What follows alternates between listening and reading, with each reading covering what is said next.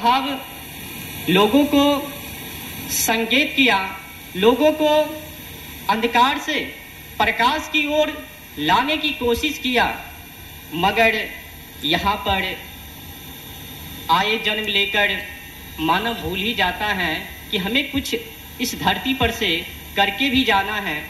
आज तो लोग कहता है हमें तो कुछ समय मिला है और उस समय में कुछ पढ़ाई, कुछ लिखाई, फिर काम धाम, फिर शादी इत्यादि वगैरह जो भी वो करना, फिर बाल बच्चों को पालन पोषण करना, फिर कुछ बड़े होकर उसमें अपना समय को व्यर्थ में गंवा लेना, तो ये तो नीति स्वार्थी है।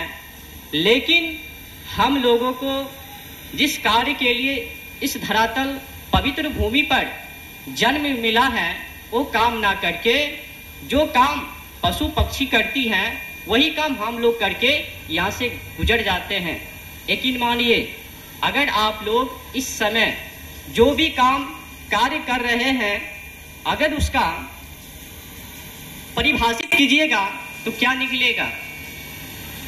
हम तो कर रहे हैं भजन कीर्तन, हम तो कर रहे हैं सत्संग, हम तो चल रहे हैं सत पे।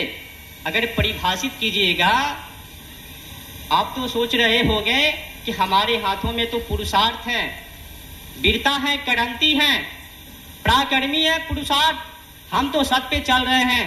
जब परिभाषित कीजिएगा, जब आप उस पे मंथन कीजिएगा तो हाथों में पुरुषार्थ नहीं भोग निकलेगा, कामना निकलेगा, विकृति निकलेगा।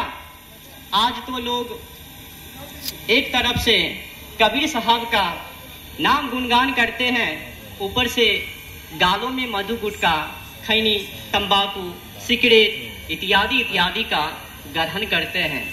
कोई आया साहेब जी की जय, वो भी बोला साहेब जी की जय, मुंह में क्या धरा है मधु गुटखा, तो मधु गुटखा खा के साहेब जी की जय।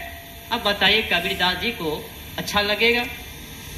मुंह में तो गुटखा दिए हुए, तंबाकू खाए हुए हैं, कोई गांजा देकर आए हैं, कोई खैनी, कोई दारू पी के आए हैं, कोई पता नहीं कहां से लूट पाट करके आए हो गए, इत्यादि इत्यादि वगैरह वगैरह लोग कृत करके आते हैं और झूठ मूठ का नौटंकी करके हम ही तेरे से कम नहीं हैं, हम तो एक नंबर का कबीर साहब के भक्त हैं, मैं तो परिपक्व हूँ, निरंकारी हूँ, एक नंबर का तो कबीर साहब का तो मैं भक्त ही हूँ।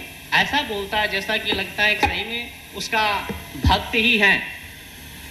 अगर उस पर कुछ विशेष मंथन कीजिएगा, उसके विचारों को पकड़िएगा तो ऑटोमेटिक है उनकी बातों को आप समझ जाइएगा।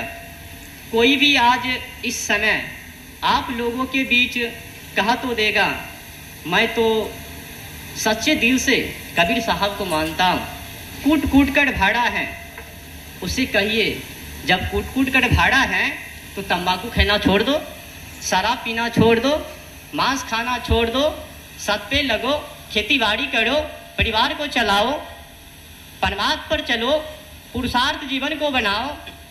लेकिन कहेंगे ये भी चाहिए, समय तो छोटा मिला है, हम लोगों को तो अभी अभी जन्म ही मिला है, कुछ समय में भोग भी हो जाए और भोगों के साथ साथ कुछ पुरुषार्थ भी हो जाए, तो क्या आपको लगता है संभव है एक हाथ में पुरुषार्थ और दूसरे हाथों में भोग? ऐसा तो संभव नहीं है। या तो आप पुरुषार्थ में जाइए या तो आप भोग में जाइए, अगर दोनों मिलाकर चलिएगा तो अधूरी है। आपको भी नॉलेज है, उतना अकल है कि अगर दो नाव हैं और दोनों नाव पर एक एक टांग पांव को धरवे तो बीचों बीच फट जावे और बीच में समा जावे, तो सबसे घातक है। तो दो नाव पर एक व्यक्ति एक पांव इधर एक पांव इधर और दोनों नाव को खवैया करवे तो डूबकर भवनैया में मर जावे।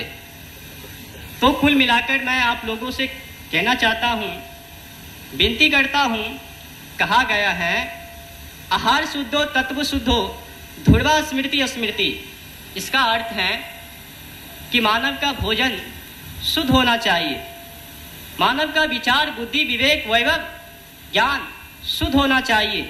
लेकिन आज मानव तो शुद्ध भोजन करता ही नहीं है। घर से मांस खा के निकलवे, कुछ पान पराग खा लेवे और सुगंध को वहीं पर नष्ट कर देवे और यहाँ पर उपस्थित हो जावे। कई लोग तो मधु गुटखा खा के तंबाकू खा के कुछ लोग बैठे हो गए मुंह सफैया करके, पता नहीं कौन कौन यहाँ पर उपस्थित हो गए। तो उसके के लिए क्षमा प्रार्थी है, बोल तो नहीं पाएंगे कि हम लोग तंबाकू खा के आए पर गिर से आउट बाहर में ही फेंक दिए हैं। तो मैं कहना चाहता हूँ, जब मैं रजाकपुर से यहाँ शमशान उपस्थित होने के लिए आ रहा था तो रास्ते में कुछ लोग मिला।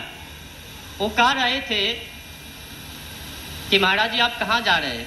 तो मैंने कहा कबीर साहब के दरबार में जा रहे हैं।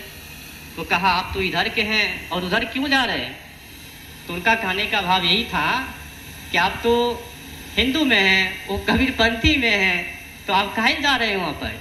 कहे देखो भाई, अगर हमें कोई प्यार से बुलाएगा, अगर आमंत्रण करेंगे, मुसलमान हो ईसाई हो बौद्ध हो जैन हो, हम सभी में जाएंगे, क्योंकि हम तो क्रांतिकारी हैं, हम तो विचार से परिपक्व हैं, विचार से पढ़े हैं, परमात्मा सत्य से पढ़े हैं।